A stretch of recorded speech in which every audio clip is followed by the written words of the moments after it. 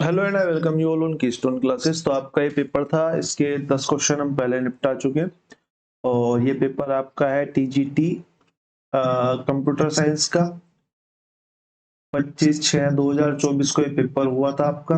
और जब भी इसकी आंसर की रिलीज हुई थी और इसके 10 क्वेश्चन हम पहले उसमें कर चुके हैं, 10 क्वेश्चन इस वाले वीडियो में कंप्लीट कर लेंगे। ये पेपर आपका कंप्लीट हो जाएगा। इसके बाद इसके 4 पेपर और हैं, फिर हम उन्हें करेंगे। क्वेश्चन नंबर 11 पे आते हैं। क्वेश्चन नंबर 11 आपका कह रहा है the speed of boat going upstream is 40% of its speed going downstream। यानी कि डाउनस्ट्रीम की स्पीड अगर 100 है तो अपस्ट्रीम की जो स्पीड है वो यहाँ से 40% है, यानी कि 40 है। अगर मैं रेशो की बात करूं तो यहाँ पे स्पीड का जो रेशो है वो आपका 5:2 देखने को मिलता है मुझे। अगली लाइन में मेरे से कह रहा है it takes a total time of 4 सही 2/3 hours in going 15 kilometre upstream and same distance downstream. यानी कि जब 15 किलोमीटर अप स्ट्रीम जाता है यानी कि बोट माइनस में स्ट्रीम, बोट माइनस में स्ट्रीम जाता है प्लस में 15 किलोमीटर, बोट प्लस में स्ट्रीम जाता है तो उसको 4×3=12 13 14/3 घंटे लगते हैं, यानी कि 14/3 आवर्स लगते हैं। मेरे को यहाँ से स्पीड का रेशो दिख रहा है। अब मेरे से क्वेश्चन ने पूछा what is the speed of the boat in still water. तो मेरे को स्पीड निकालनी पड़ेगी डाउन स्ट्रीम और अप स्ट्रीम दोनों, और फिर उसमें से क्योंकि डाउन स्ट्रीम हमारा क्या होता है बोट प्लस में स्ट्रीम और अप स्ट्रीम हमारा क्या होता है बोट माइनस में स्ट्रीम। तो अगर मैं दोनों को प्लस कर दूंगा तो मेरे पास यहाँ पे 2b is equal to boat minus stream और बोट प्लस स्ट्रीम निकल के आ जाएगा। ठीक है ना, यहाँ से ये कट हो जाएगा तो यहाँ से हमारा 2b निकल के आ जाएगा। तो वहां से हम बोट की स्पीड को निकाल सकते हैं। मैंने बोला स्पीड का रेशो मेरे को यहाँ पे ये मिल गया, तो मैं बोल सकता हूँ कि टाइम का जो रेशो होगा वो 2:5 होगा। ठीक है, 2:5 हमारा टाइम का रेशो होगा। इसको ले लेते हैं। मैंने बोला टाइम का रेशो 2:5 है, मेरे हिसाब से 7 है। इसके हिसाब से कितना है 14/3 आवर्स टोटल। मेरे हिसाब से जो टोटल 7 घंटे हैं इसके हिसाब से 14/3 है, यानी कि एक की वैल्यू कितनी हो गई 2/3 आवर। इसके हिसाब से इस 2 की वैल्यू कितनी हो गई, इस 2 की वैल्यू हो गई 4/3 आवर, और इस 5 की वैल्यू कितनी हो गई आपकी 10/3 आवर्स। यानी कि 15 घंटे में डाउन स्ट्रीम जाने में उसे 4/3 घंटे लगते हैं और अप स्ट्रीम जाने में उसे 10/3 घंटे लगते हैं। अगर मैं यहाँ से स्पीड कैलकुलेट करना चाहूँ डीएसएस और यूएसएस की, इसको यहाँ पे ऐसे ब्रैकेट्स बना लेते हैं। ठीक है, मैंने बोला डीएसएस की अगर मैं स्पीड कैलकुलेट करना चाहूँ तो मेरे को 4/3 घंटा लग रहा है कितने किलोमीटर जाने में 15 किलोमीटर जाने में, यानी कि 15/4/3। इसको मैं आगे बोल सकता हूँ कि 15×4 = 60, सॉरी 15×45/4। 45/4 का मतलब है 4×1=4, 4×1=4 पॉइंट लग गया, 4×2=8, 4×1=4, 4×1=4, 4×2=8 और 4×5=20। ठीक है, 11.25 किलोमीटर पर आवर ये हमारी आ गई डाउन स्ट्रीम की स्पीड। अगर मैं अप स्ट्रीम की कैलकुलेट करना चाहूँ तो अप स्ट्रीम की स्पीड कितनी हो जाएगी 15 डिवाइडेड बाई कितने घंटे लग रहे थे 10/3 आवर्स, यानी कि 15×45/2, यानी कि 4.5 किलोमीटर पर आवर। अगर मैं यहाँ पे 2b की बात करूं, जो मैंने यहाँ पे आपको बताया कैसे निकलता है, ठीक है, यहाँ पे अगर मैं 2b की बात करूं तो 2b इज इक्वल टू हो जाएगा किसके 11.25 प्लस में 4.5, यानी कि b इज इक्वल टू कितने के हो जाएगा 15.75 डिवाइडेड बाई 2 के। अगर मैं इसको 2 से काटता हूं तो ये हमारा आ जाएगा 2×7=14 और पॉइंट लग जाएगा, और 2×8=16 और 2×8=16, 2×7=14 और 2×5=10। ठीक है, 7.875 और 875 की वैल्यू कितनी होती है 8.875 की हमारी वैल्यू होती है 7/8। ऑप्शन नंबर 4 हमारा यहाँ पे करेक्ट हो जाएगा। ये तो अपने आप ही खत्म हो जाता है क्योंकि ये 7.5 होता है, बाकी में 8 है तो ये आपस में कट हो सकते हैं। अगर आपको 0.875 की वैल्यू एग्जैक्ट नहीं पता तो आप इस तरीके से भी कर सकते हो कि 1/2 की तो मेरे को पता है ना, 1/2 की वैल्यू होती है 0.5, तो ये कितना हो गया 7.5, यहाँ पे तो 7.875 है, तो हमारा एक ही ऑप्शन यहाँ पे करेक्ट होता है। और वरना आप इसे फ्रैक्शन में भी चेंज करके कर सकते हो, जैसा आपको सुटेबल लगे एग्जाम में वैसे आप कर सकते हो। क्वेश्चन नंबर 12 पे आते हैं। क्वेश्चन नंबर 12 अच्छा क्वेश्चन है। The height of a cylinder inscribed in A sphere is 1.2 times the radius of the sphere. ठीक है, क्वेश्चन कह रहा है कि सिलेंडर जो कि एक स्फीयर यानी कि गोले के अंदर है। मैं पहले गोला डिजाइन कर लेते हैं, थोड़ा गोला गोले की तरह बन जाए तो ज्यादा अच्छा है। ठीक है, इसके अंदर एक सिलेंडर है, मैं सिलेंडर बना लेता हूँ। ये जी सिलेंडर हो गया हमारा, ये हाँ जी, ये इसका सर्कल हो गया सिलेंडर का ये। ठीक है, और ऐसे करके बना लेते हैं, ये थोड़ा सा माफी चाहते हैं। ठीक है, थोड़ा सा डिजाइन में गड़बड़ है। मेरे से कह रहा है कि जो हाइट है सिलेंडर की, यानी कि ये जो है वो 1.2 है। हाइट ऑफ सिलेंडर जो है, हाइट ऑफ सिलेंडर जो है वो 1.2 है, किसके मुकाबले? रेडियस ऑफ स्फीयर की, रेडियस ऑफ स्फीयर के मुकाबले। ठीक है, 1.2 टाइम्स है। और फिर मेरे से आगे कह दिया इसने radius of the sphere is 10 centimetre. अगर ये 10 सेंटीमीटर है तो मैं कह सकता हूँ कि हाइट जो है वो 12 है। तो मेरे से यहाँ पे इसने क्या बोल दिया कि ये हाइट 12 है। और अगर मैं इसको ड्रॉ करना चाहूँ, अगर सेंटर का सर्कल मैं यहाँ मान लेता हूँ, तो सेंटर का सर्कल अगर मैं यहाँ मानूंगा तो ये जो है वो 10 सेंटीमीटर है। ठीक है, मैंने ऐसे क्यों ड्रॉ करा मैं बताऊंगा। फिर मेरे से क्वेश्चन पूछ रहा है the volume of cylinder is x% of the volume of sphere. जो वॉल्यूम ऑफ सिलेंडर है वो कितने प्रतिशत है स्फीयर का। देखो, जब इस तरह के क्वेश्चन आए तो आपको रेशो निकालने चाहिए वॉल्यूम के, आपको रेशियो कैलकुलेट करने चाहिए। ये आपको ध्यान रखना है, जब इस तरीके के क्वेश्चन आते हैं या तो परसेंटेज वाले आते हैं तो सीधे रेशियो वाले आते हैं, क्योंकि रेशियो से ही परसेंटेज बनाना ज्यादा इजी है। कहीं आप दोनों की वॉल्यूम अलग अलग निकालने बैठ जाओगे तो गड़बड़ हो जाएगी। मैंने बोला वॉल्यूम ऑफ सिलेंडर जो है और वॉल्यूम ऑफ स्फीयर जो है, इन दोनों को मैं निकाल लेता हूँ। वॉल्यूम ऑफ सिलेंडर मेरा क्या होता है? वॉल्यूम ऑफ सिलेंडर हमारा होता है कितना? Pi r square h, pi r square h. और वॉल्यूम ऑफ स्फीयर कितना होता है? 4/3 पाई आर, इसको आर लिख लेते हैं बड़ी वाली क्योंकि बड़ी आर होगी, पाई आर की क्यूब। ठीक बात है।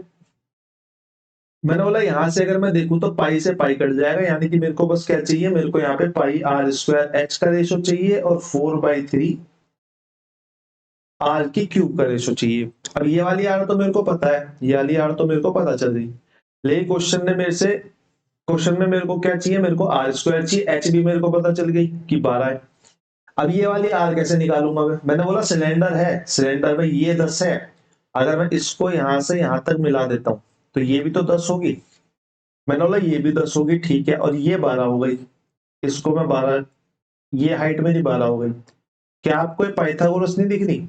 यहाँ पे ट्रायंगल नहीं निकल के आ रहा, ये वाला, ये जो है ये अलग ट्रायंगल, एक ऐसे निकाल देता हूँ, ये एक अलग ऐसे ट्रायंगल नहीं है जिसकी एक साइड 12 है, एक साइड 20 है, 10 और 10 20 है, और ये वाली मेरे को पता करनी है।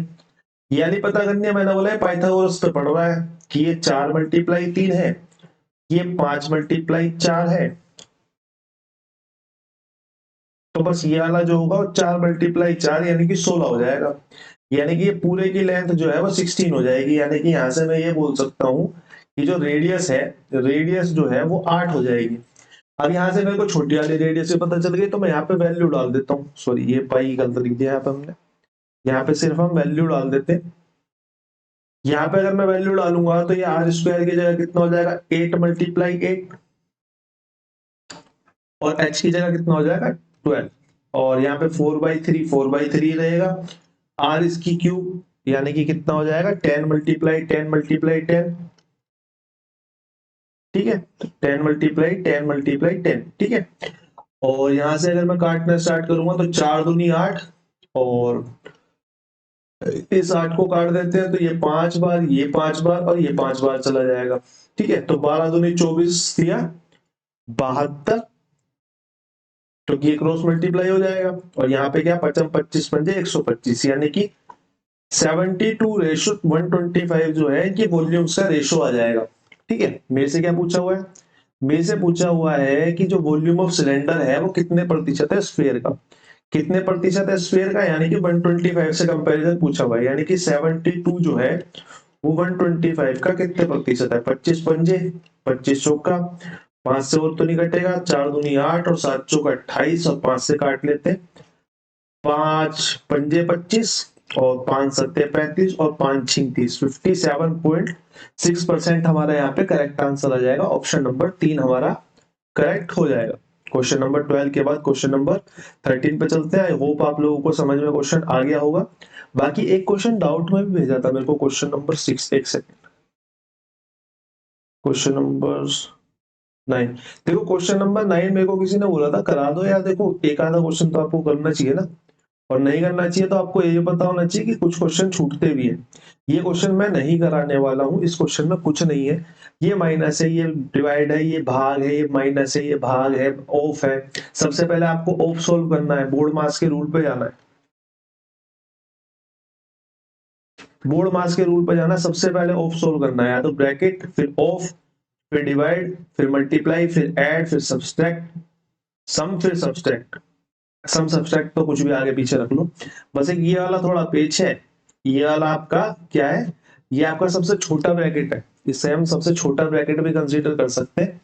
1.2 को सबसे पहले सोल्व करना पड़ेगा आपको, क्योंकि इसके ऊपर बार है। ठीक है, ये क्वेश्चन आप खुद करना, मैं नहीं कराने वाला हूँ। मैं आगे कभी डाउट आउट की क्लास में कभी करा दूंगा इसे, लेकिन अभी नहीं कराने वाला। एक क्वेश्चन नंबर 6 और था, इसको कह रहा था कोई कि हुआ नहीं, वी के करके कोई था, मेरे को याद नहीं है। क्वेश्चन नंबर 6 को देख लेते हैं एक बार। Production and export of cement by companies A and B in 2017 and 20। Question कह रहा है the total export of cement by both companies in 2017 and 19। क्या बोथ कंपनी की बात कर रहा है, किसकी बात कर रहा है, एक्सपोर्ट की बात कर रहा है। तो एक्सपोर्ट वाली कॉलम पे जाते हैं, 17 और 19 मार्क कर लेते हैं। 17 का ये एक्सपोर्ट हो गया, 17 का ये एक्सपोर्ट हो गया कंपनी ए के और कंपनी बी के। 19 का ये एक्सपोर्ट हो गया, 19 का ये एक्सपोर्ट हो गया। यानी कि कितने की बात कर रहा है, 170, 190, 220, वैसे मैंने समझा पहले भी दिया था, और 320 की बात कर रहा है। टोटल एक्सपोर्ट कितना हो गया, 0, 9 7 16 और 4 20 की 0, 2 हासिल, 3 2 5 6 7 और 2 9, यानी कि 900 का टोटल एक्सपोर्ट हो गया। फिर क्या बोल रहा है, total production of cement by two companies 2018 and 19। Total production 18 और 90 का, यानी कि इसकी बात कर रहा है, इसकी बात कर रहा है, और इसकी बात कर रहा है, और इसकी बात कर रहा है। यानी कि 340, 360, 450 और 470 की बात कर रहा है। जोड़ लेते हैं, 0 का 0, 6 4 10 5 15 और 2 हासिल, 1 हासिल, 3 और 1 4, 4 3 7 और 4 11 और 4 15 और 1 16, 6 4 10 5 15, हाँ 2 हासिल आएगा। ठीक है, 1620 की बात कर रहा है। अभी तो टोटल प्रोडक्शन हो गया, ये टोटल वो हो गया। अब मेरे से क्या पूछ रहा है, what percent less, what percent less, कितना लेस है भाई, कितना लेस है भाई, 900 से ये कितना लेस है, मेरे हिसाब से 720 लेस है। 720 लेस है, कितने पे किससे कंपैरिजन करा रहा है, इससे कंपैरिजन करा रहा है। यानी कि 1620 को नीचे रखेंगे, मल्टीप्लाई बाई 100 कर देंगे, एक जीरो से एक जीरो काट देते हैं। 9 अट्ठे 72, 9 एकम 9 और 9 अट्ठे 72, 2 से काटेंगे तो 9 बार, 2 से काटेंगे तो 4 बार, यानी कि 400/9। 9 से काटेंगे तो 9 चौक 36, फिर 9 चौक 36, फिर 9 चौक 36, और ये इन्फिनिटी वे में चला जाएगा। तो 44.4% हमारा जो है यहाँ पे राइट आंसर आ जाए। क्वेश्चन एकदम करेक्ट है, कोई कह रहा था क्वेश्चन ही गलत है। ठीक है, क्वेश्चन नंबर 9 आप खुद करना, नहीं हो सकता है तो कोई दिक्कत नहीं। ठीक है, कोई इशू नहीं है। थोड़ी कैलकुलेशन अगर आपको स्ट्रॉन्ग लग रही है तो फिर आपकी कैलकुलेशन में दिक्कत है, आपको अपनी कैलकुलेशन पे ध्यान देना चाहिए। ठीक है, कॉन्सेप्ट ठीक है, कैलकुलेशन अपनी जगह है, कॉन्सेप्ट अपनी जगह है। क्वेश्चन नंबर 13 बात है, when Savita sells 46 articles at ₹2070, she suffers a loss of 10%। माना कि आर्टिकल का जो सीपी है वो 100% है, तो मेरे से कह रहा है कि 90% जो है वो 2070 है। फिर मेरे से कह रहा है to earn a profit of 20% she should sell 46 article 4। ठीक है, यहाँ पे सीपीवी निकालने के चक्कर में नहीं पड़ना, ना आपको 100% निकालना है, ना आपको 90% निकालना है, ना आपको एक का सीपी निकालना है, ना एक का एसपी निकालना है, क्योंकि यहाँ भी 46 आर्टिकल है, यहाँ भी 46 आर्टिकल है, तो मैं सीधा कह सकता हूँ यहाँ पे 90% पे जब बेच रहा था इतने का बेच रहा था, मेरे को 20% का प्रॉफिट चाहिए, यानी कि 120% पे बेचने को चाहिए, तो बस मैं 120% निकाल देता हूँ। 90 मल्टीप्लाई में 120, 9 से काटेंगे, 9 एकम 9 और 9 तिया 27, 13, 9 दूनी 18, सॉरी 9 दूनी 18 और 9 तिया 27, 23 की मल्टीप्लाई 120 में करेंगे तो 230 और 23 दूनी 46, यानी कि 276 और एक जीरो लग जाएगी, 2760 हमारा यहाँ पे राइट आंसर आ जाएगा। ऑप्शन नंबर 4 हमारा यहाँ पे करेक्ट हो जाएगा।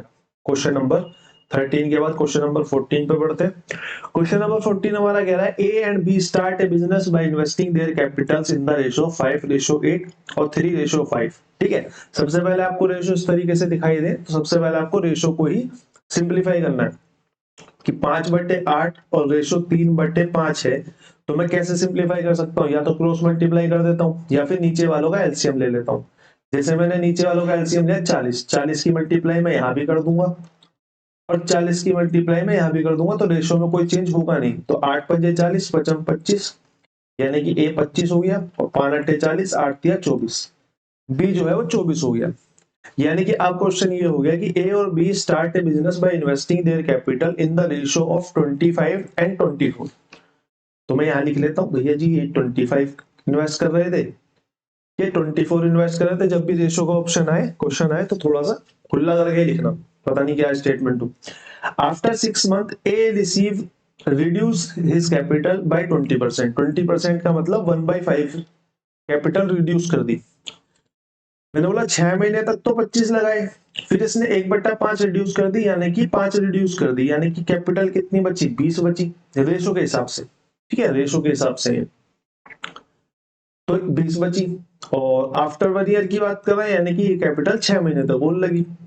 फिर कह रहा है कि मेरे से be increase is capital by 50%। 50% का मतलब है कि 1/2 इंक्रीज कर दी, यानी कि 24 तो 6 महीने तक लगी रही, उसके बाद इसने 50% इंक्रीज कर दी, यानी कि 36 हो गई, 12 इंक्रीज हो गए, 36 और 6 महीने तक लगी रही। अब ये इनका रेशो निकल के आ गया। मैंने बोला 6 तो सब में है तो 6 तो सब काट दो, बाकी कुछ कटेगा नहीं, तो ये कितना हो जाएगा, ए 45 का हो जाएगा रेशो और बी का जो है वो कितना हो जाएगा, बी का 60 हो जाएगा। 45:60 जो है वो ए और बी का रेशो आ गए, जिन पे उन्हें प्रॉफिट मिलेगा। फिर उसने कहा कि ए का टोटल प्रॉफिट जो है 15 लाख है, तो टोटल प्रॉफिट मेरे से पूछा हुआ है भाई, ए का टोटल प्रॉफिट जो है वो 15 लाख है, मेरे हिसाब से तो 45 है, यानी कि 45 की वैल्यू 15 लाख है। और मेरे से पूछा कितना है, मेरे से पूछा टोटल है, यानी कि टोटल कितना 105 है, 105 की वैल्यू निकाल देते हैं। 50 डिवाइडेड बाय 45 मल्टीप्लाई बाई 105, 15 से काटेंगे 15 तिया 45, 3 से काटेंगे 3 तिया 9 और 3 पंजे 15, यानी कि 35 हमारा यहाँ पे राइट आंसर आ जाएगा। ऑप्शन नंबर 3 हमारा यहाँ पे करेक्ट हो जाएगा। ठीक है, क्वेश्चन नंबर 14 के बाद क्वेश्चन नंबर 15 पे चलते हैं। क्वेश्चन नंबर 15 हमारा अच्छा क्वेश्चन है, मतलब टिपिकल नहीं है लेकिन ठीक है, मॉडरेट पे। A is 60% more than B. C is 55% more than the difference between the A and B. ठीक है, पहले स्टेटमेंट पर काम करते हैं कि A जो है वो B से 60 गुना ज्यादा है, ऐसे बोल सकते हैं। अगर मैं इसको काटूंगा तो 20 अट्ठे और 20 पंजे। फिर मेरे से दूसरी स्टेटमेंट में कहा C जो है वो 55% मोर है, किससे, डिफरेंस के A और B से। तो मैं ये बोल सकता हूं कि भैया A माइनस बी अगर 100 है तो जो C है वो 155 है। ये स्टेटमेंट भी ठीक है भैया। मैंने बोला इसको भी काट लेते हैं, इसको काटेंगे तो ये 5 से 5 दूनी 10 20 और 5 से कट के कितना हो जाएगा, 5 तिया 15, 5 से कम 5, 20:31 आ गया। मैंने बोला ठीक है। अब लेकिन क्या दिक्कत है कि मेरे हिसाब से पहली स्टेटमेंट के हिसाब से तो यहाँ पे, क्योंकि बाद में देखूंगा बाकी चीजें तो मैं, ठीक है, पहली स्टेटमेंट के यहाँ के हिसाब से मेरा जो डिफरेंस है वो 3 आना चाहिए, लेकिन इसके हिसाब से 20 है, तो मैं डिफरेंस को इक्वल करता हूं। मैं 20 की मल्टीप्लाई इन सब में कर देता हूं और इस 3 की मल्टीप्लाई इस पूरे में कर देता हूं। इससे क्या मिलेगा मेरे को, ये 60 हो जाएगा, ये 93 हो जाएगा। इससे मेरे को क्या मिलेगा कि जो इनका डिफरेंस है वो सेम हो जाएगा, क्योंकि भैया जब मैं इसकी मल्टीप्लाई 20 की करूंगा तो डिफरेंस 60 हो जाएगा। ये कितना हो जाएगा, ये आपका हो जाएगा 160, और ये आपका कितना हो जाएगा 5 दूनी 10 यानी कि 100। यानी कि 160 है, ये 100 है, डिफरेंस कितना है 60 का, यहाँ पे भी डिफरेंस कितना है 60 का, यानी कि सी की वैल्यू कितनी हो गई 93। यहाँ पे ए की इंडिविजुअल वैल्यू मेरे को मिल गई, बी की इंडिविजुअल वैल्यू मेरे को मिल गई, सी की इंडिविजुअल वैल्यू मेरे को मिल गई। अब जो पूछा हो बता दो। If A is decrease by 40%, decrease by 40% minus 40% हो रहा है, यानी कि 16 चौका 64, 64 माइनस हो रहे हैं। 64 माइनस होने के बाद कितना बचेगा, 64 माइनस होने के बाद 96 बचेगा, यानी कि डिक्रीज होने के बाद ये 96 हो गया। C इज इंक्रीज्ड बाय 33, 33 सही 1/3%, यानी कि सीधा सीधा 1/3 जो है वो इंक्रीज हो रहा है। इसका 1/3 इंक्रीज होगा, यानी कि कितना इंक्रीज होगा 31 इंक्रीज होगा, यानी कि बढ़ के कितना बन गया C 4 और 3 12 124 हो गया। फिर इसने कहा C is what percent more किससे, A से। C जो है वो A से कितना ज्यादा होगा भैया 96, 124 कितना ज्यादा है 28 ज्यादा है, लेकिन ये तो परसेंट में पूछा हुआ है इसने तो लेकिन मेरे से परसेंट में पूछा। कंपैरिजन किससे कराया हुआ है, कंपैरिजन कराया हुआ A से। कितना ज्यादा 28 ज्यादा है, कितने से कितने पे 96 पे, यानी कि मल्टीप्लाई बाय 100। काट लेते हैं, किससे कटेगा 2 से कटेगा, 2 से कटेगा ना, 2 से 14, ये 4 से कट जाएगा, 4 सत्ते 28, 4 एकम 4, 4 चौक 16, फिर 2 से काट लेंगे तो ये 50 हो जाएगा। तो ये 5 सत्ते 35, 350 डिवाइडेड बाय, देखिए तो पूरा कट जाता भाई, एक सेकेंड, ये तो पूरा ही कट जाता ना।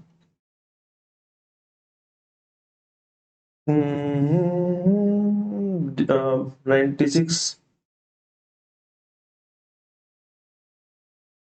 कितना प्रतिशत, 14 दूनी 28 और 14 चौका 56, तो बन जाए 70 सी।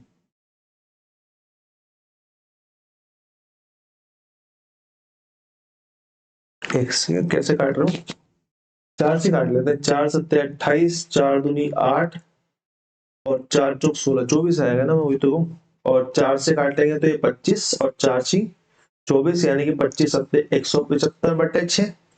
175/6 का क्या मतलब है, 175/6 का मतलब है कि 6 से काटेंगे तो ये आ जाएगा हमारा 29.2%। ठीक है, 29.2% हमारे यहाँ पे करेक्ट आंसर हो जाएगा, जो कि हमें दिया हुआ है ऑप्शन नंबर बी में। ठीक है, क्वेश्चन नंबर 15 के बाद क्वेश्चन नंबर 16 पे चलते हैं। क्वेश्चन नंबर 16 आपका इनकम एक्सपेंडिचर का question, one of the best question जो बनता है वो यही है। इस पेपर में कुछ नहीं कर रखा है इसने, सारे अबव एवरेज जितने क्वेश्चन थे ना वो सारे कंपाइल कर रखे हैं।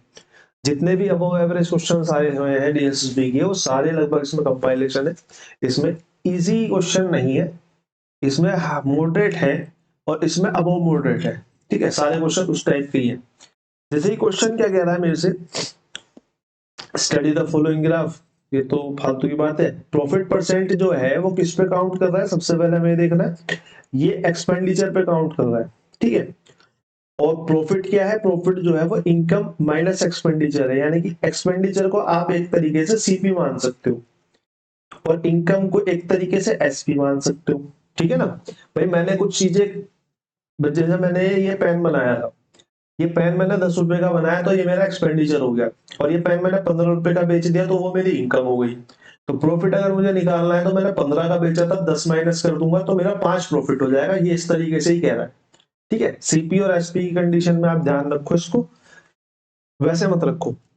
क्वेश्चन कह रहा है कि in 2018 if the expenditure of company B is 300 crore, क्या कह रहा है, expenditure of B is 300 CR। ठीक है, and the income of company A is 390, income of company A, statement का ध्यान रखना, इनकम ऑफ कंपनी ए कह रहा है कि 390 है। Then what percent was the profit of company B more than the A. अब मेरे से परसेंट में पूछ लिया, या तो मेरे से रेशो पूछ ले या मेरे से परसेंट पूछ ले, तो मैं रेशो पे जाऊंगा। ठीक है, मेरे को सिर्फ रेशो निकाल लेने के। मैंने बोला एक्सपेंडिचर ऑफ बी 300 है और एक्सपेंडिचर पे प्रॉफिट कैलकुलेट हो रहा है, तो मैं ये कह सकता हूं कि जो ये बी है ये 45% जो है ये इसका प्रॉफिट होगा। अब 300 का 45% निकालना है मेरे को, सीधा सीधा 45% ये मेरा इसका प्रॉफिट हो जाएगा। ऐसे इंडिविजुअली निकाल लेते, 4 तिया 12 और 5 तिया 15 यानी कि 135 CR इसका प्रॉफिट हो जाएगा। आगे स्टेटमेंट में कह रहा है कि इनकम ऑफ ए इज 390 और मेरे को यहां से प्रॉफिट निकालना है। 30% इसका प्रॉफिट है, यानी कि इनकम ऑफ ए अगर जितनी भी है और प्रॉफिट से कैलकुलेट होने के बाद बनेगी, यानी कि ये 130% होगी। 130% की वैल्यू जो है वो 390 है।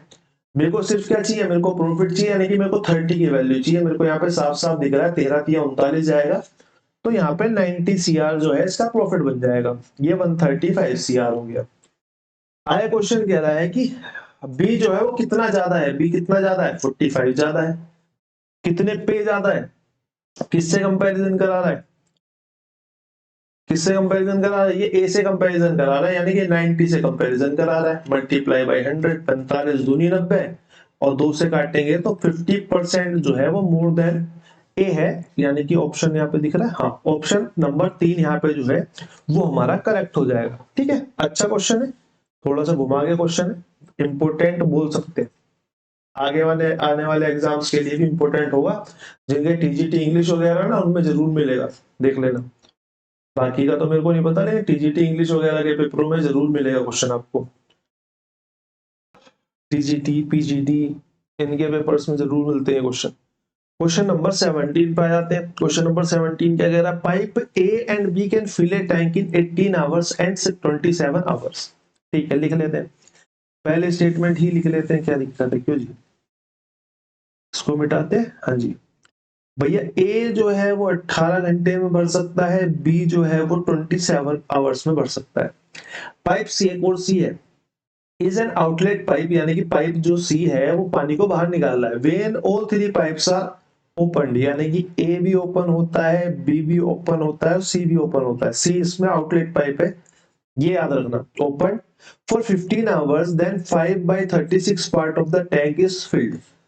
भाई 15 घंटे में कितना टैंक भरा जा रहा है, 5/36, तो मैं बोल सकता हूँ कि 36 कितने में भरा जाएगा भाई, 15 घंटे में, तो 36 कितने में, 108 आवर्स में। यानी कि सीधा उल्टे करके मल्टीप्लाई करनी है आपको, कुछ नहीं करना। यानी कि ये जो टैंक है ये तीनों मिलके टैंक को पूरा 108 घंटे में भर देंगे। तब तीन हो गए, तो तीन हो गए, यहाँ स्टेटमेंट खत्म हो चुकी है, यहाँ पे क्वेश्चन स्टार्ट हो चुका है। तो यहाँ पे पहले एलसीएम ले लेते हैं। एलसीएम कितना आ जाएगा, 108, 18 से कितने बजे जाएगी, 18 पंजे 90, 18 छिक्के 7 चौक 28 और 8 एकम 8। ठीक है, ये हमारा एलसीएम आ गया। यानी कि ए 6 काम कर रहा है, बी 4 काम कर रहा है, ए प्लस बी प्लस सी मिलके 1 काम कर रहे हैं। यानी कि यहाँ से मैं बोल सकता हूँ सी जो है कितना कर रहा होगा, सी जो है वो माइनस का 9 काम कर रहा होगा, क्योंकि भाई दोनों मिलके 10 काम कर रहा है, तीनों मिलके 1 काम कर रहा है, तो यानी कि 9 काम को खत्म कर रहा होगा ना वो।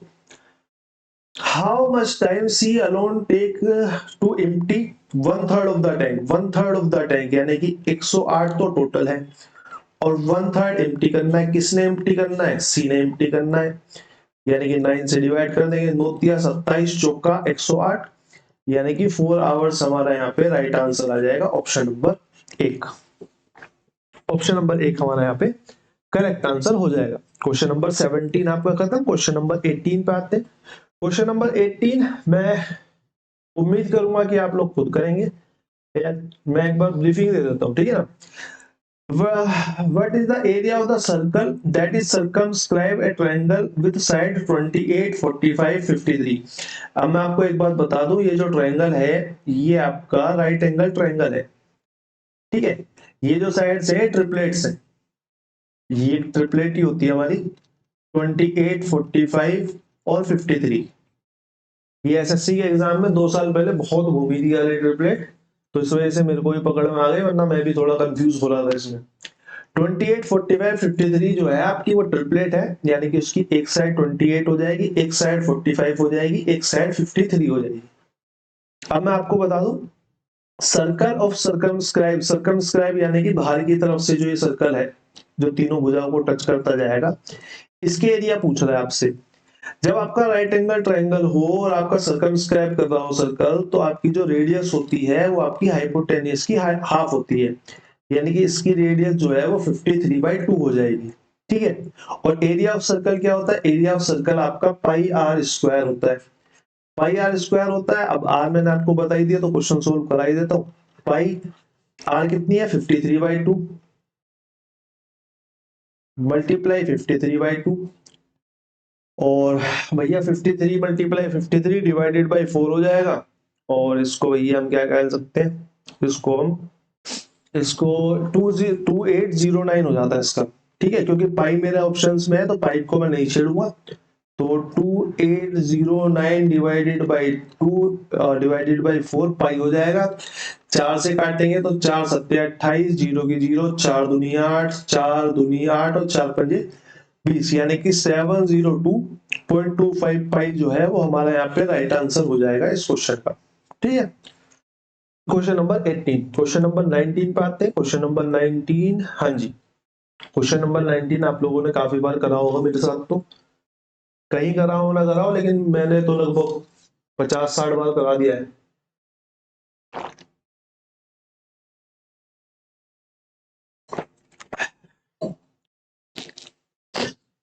प्रोपोर्शनल और डायरेक्टली प्रोपोर्शनल के क्वेश्चंस हम लगभग 30-40-50 बार कर चुके हैं क्वेश्चंस को। तो फटाफट करते हैं। P varies directly to Q। P जो है वो डायरेक्टली Q से वेरी करता है, और इनवर्सली करता है किससे? इनवर्सली करता है R से। इनवर्सली करता है R से। तो बस मेरे को दोनों इक्वेशन को एक साथ लिखना है। तो मैं बोलूंगा KP is equal to Q upon में R। K यहाँ पे हमें कांस्टेंट मानते हैं इस साइन को हटाने के लिए। आप इस तरीके से समझो कि इस साइन को हटाने के लिए हमें कोई कांस्टेंट मानना है, जो कि हम K मान लेते हैं। फिर मेरे से एक इक्वेशन दे दी, मेरे को एक इक्वेशन दे दी जहां से मैं K की वैल्यू निकाल पाऊंगा। 2.7, 1.6, 4.5 ये इनको यहाँ पे रखते चलते हैं, यानी कि K multiply 4.5 is equal to 2.7 divided by 1.6। जो जो वैल्यू दी हुई है वैसे वैसे रखते चलो। पॉइंट से पॉइंट कट कर देते हैं। 9 से काटेंगे, 9 पंजे 45, यानी कि 0.5, और 9 तिया 27। और तो कुछ कटेगा नहीं, नहीं कटेगा। तो यहाँ पे K की वैल्यू कितनी आ जाएगी? K की वैल्यू आ जाएगी 3/8। K की वैल्यू हमारी 3/8 आ गई। K की वैल्यू हमारी 3/8 आ गई। तो सेकंड वाले इक्वेशन में आपसे कुछ वैल्यू पूछी है, क्या पूछी? R पूछी है, बाकी दोनों दी होंगी P और Q दी हुई है। इस वाली इक्वेशन में डाल दो, इस वाली इक्वेशन में डाल दो। K की वैल्यू हम निकाल ही चुके हैं। मैंने बोला K की वैल्यू 3/8 है, P की वैल्यू इसने मेरे को 6 दे ही दी, Q की वैल्यू इसने मेरे को 15 दे दी, मेरे से R की वैल्यू पूछ ली है। मैंने बोला भैया किससे कटेगा? 2 तिया 6, 2 चौक 8 और 3 पंजे 15, 5 चौक 20 और 3 नीचे आ जाएगा, यानी कि R की वैल्यू कितनी आ जाएगी? R की वैल्यू आ जाएगी 20/3। ये आपका यहाँ पे राइट आंसर हो जाएगा। ऑप्शन नंबर 1 आपका यहाँ पे करेक्ट हो जाएगा। क्वेश्चन नंबर 19 के बाद क्वेश्चन नंबर 20 पे चलते हैं। Question number 20 is a good question, not a good question but is a good question. कैसे? The ratio of spirit and water in a solution A is 3:4 and the ratio of spirit and water in solution B is 5:9। दो solution है मेरे पास, दो solution है मेरे पास, और उनके ratio मेरे को दिए हुए हैं। भैया A में क्या है? A में स्प्रिट कितनी है? 3, और वाटर कितना है? 4। B में क्या है? B में स्प्रिट कितनी है? 5, और वाटर कितना है? 9। फिर इसने मेरे को कहा कि 5 लीटर तो A लेता हूं मैं, 5 लीटर ऑफ A लेते हैं और मिक्स करते हैं 6 लीटर ऑफ B में, यानी कि इनके जो रेशियो है वो 5 और 6 रेशियो में हम मिक्स कर लेते हैं। इन 462 ml, अब जो सॉल्यूशन बनता है वो 462 ml का जो सॉल्यूशन हम लेते हैं उसकी बात कर रहा है, लेकिन पहले हम ले लेते हैं कि 5 और 6 कितना बनेगा। मैंने बोला भैया 5 इसका लेना है, 5 इसका लेना है और 6 इसका लेना है। मैंने बोला यहाँ पे स्प्लिट लिख लेते हैं, यहाँ पे वाटर लिख लेते हैं। मैंने बोला पहले वाले सॉल्यूशन से कितनी स्प्लिट आएगी? भाई टोटल 7 है, ये टोटल 14 है। मेरे हिसाब से ये टोटल 5 होना चाहिए, यानी कि 5 की वैल्यू 7 है। और कितनी स्प्लिट निकलेगी? 3 स्प्लिट निकलेगी, यानी कि मल्टीप्लाई 3।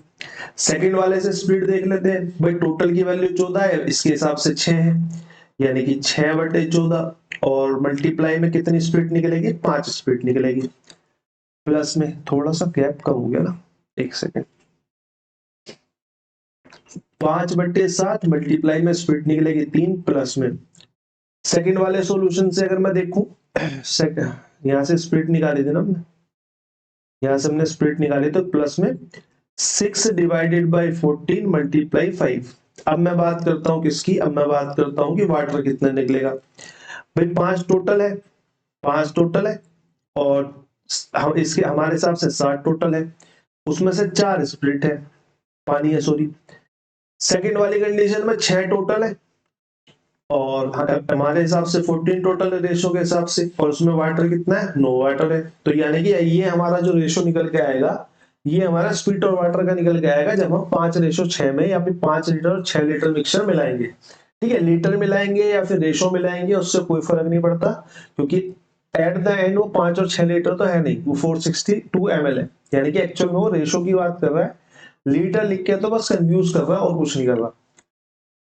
क्वेश्चन बना लेते हैं 15, तो यहाँ पे 14 है तो ये पे 30 हो जाएगा, प्लस में 30 डिवाइडेड बाई 14 रेशो में। भाई ये 7 है, ये 14 है तो दुगना हो जाएगा, 5 और 20 40 हो जाएगा, और 9 6 54 54 डिवाइडेड बाई 14 हो जाएगा।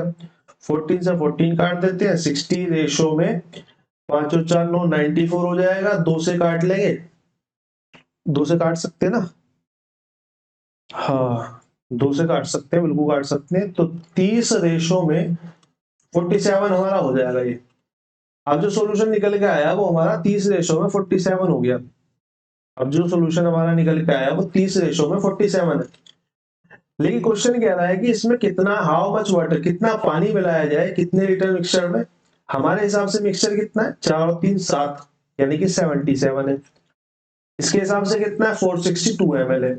उसने बोला कितना पानी मिलाया जाए कि 1 और 2 हो जाए, 1 और 2 हो जाए मिक्सचर, यानी कि ये दुगना हो जाए। दुगना होने के लिए इसे 60 होना पड़ेगा, 60 होना पड़ेगा, यानी कि कितना ऐड करना पड़ेगा, 13 ऐड करना पड़ेगा। यानी कि 77 की वैल्यू 462 है, तो बस मेरे को 13 की वैल्यू यहां से निकालनी है। 462 डिवाइडेड बाई 77 मल्टीप्लाई बाई 13, 7 6 42 और 13 6 78, यानी कि 78 ml अगर मैं इसमें वाटर मिला देता हूँ, तो जो रेशो है वो 1:2 हो जाएगा, यानी कि ऑप्शन नंबर 3 हमारा यहाँ पर करेक्ट आंसर हो जाएगा। ठीक है, हो सकता है कि आगे की क्लास भी 10-10 क्वेश्चन के में ही आए, क्योंकि एक्चुअल में ये क्वेश्चन जो है वो अच्छे हैं, तो इनको 40 मिनट्स के आसपास रेगुलर बोल, मतलब समझो ना, एक तो मेरे को प्रैक्टिस नहीं रही काफी लंबा गैप हो गया, 2-2.5 महीने से बिल्कुल ऑफ ही चल रहा था। एक तो लंबा गैप हो गया, ऊपर से 40 मिनट के आसपास की क्लास हो गई। देखो 10 क्वेश्चन की, अगर 20 क्वेश्चन की करने जाऊंगा तो लगभग 1.5 घंटा लगेगा, और 1.5 घंटा रेगुलर बोलना मुझे लगता नहीं है मैं 1.5 घंटा रेगुलर बोल पाऊंगा, वरना 12 13 14 क्वेश्चन पे मैं जाके उसे बंद करूं। इससे बढ़िया मैं 10 क्वेश्चन करा के करता हूँ, और रिदम बन गई तो पूरे करा देंगे, कोई दिक्कत नहीं है। ठीक है, सेकंड शिफ्ट करेंगे इसके बाद 25 तारीख की, 25 तारीख की सेकंड शिफ्ट करेंगे, उसके बाद 25 तारीख की थर्ड करेंगे, फिर 24 तारीख की भी 2 शिफ्ट है, फिर हम वो करेंगे। आज के लिए इतना रखते, अभी के लिए इतना रखते, आज का पता नहीं, अभी के लिए इतना रखते। बहुत बहुत धन्यवाद।